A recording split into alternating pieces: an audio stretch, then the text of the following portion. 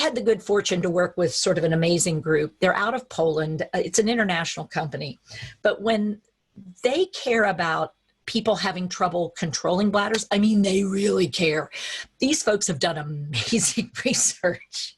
And I mean, I've worked with lots of different groups, but I want to show you something that sort of speaks to how much research they've done. This is an active pad for somebody who's not ready to wear full out incontinence gear, but it has a strip on the back, just like ladies and, you know, ladies pads, you know, like when we have our monthly, this kind of idea. But notice it has sort of a little pocket. I don't have anything to go in the pocket, but some people do. And so by having this little pocket and these little ridges on either side of the pocket, and not only that, all these little ridges, these areas here and top and front and back, they have what's called, there's two words to know about when it comes to incontinence products: hydrophilic and hydrophobic. Philic, I like, phobic, ugh. So hydrophilic is what fills this part.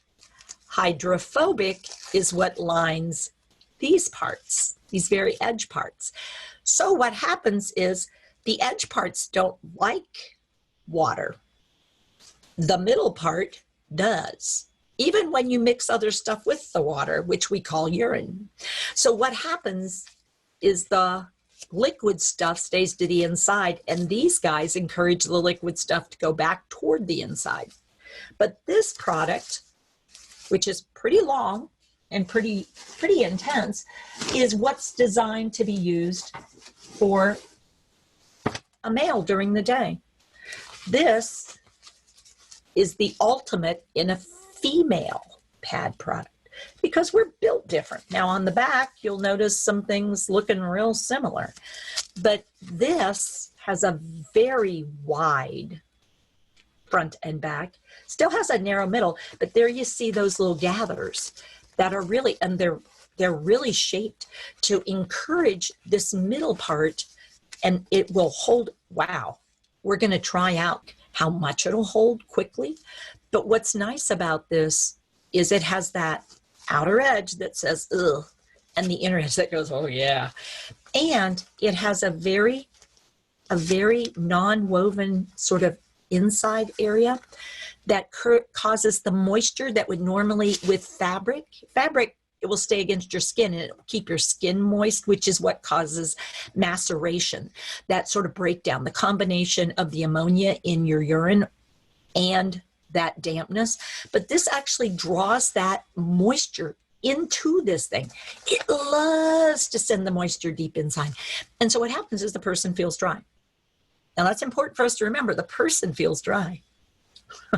We're noticing the sag, because when you load this up with like a significant amount of urine, it's going to get heavy. So we're more likely to notice. It's possible the person will notice, but it's possible they might have problems noticing. So we may want to keep that in mind. Now, wow, check this baby out. This is the supermodel. So this is still a pad. So it can still be used with regular underpants, underwear, but this is really designed to be super absorbent, super wide area, and super long. So what that means is this is for overnight. It's really dense.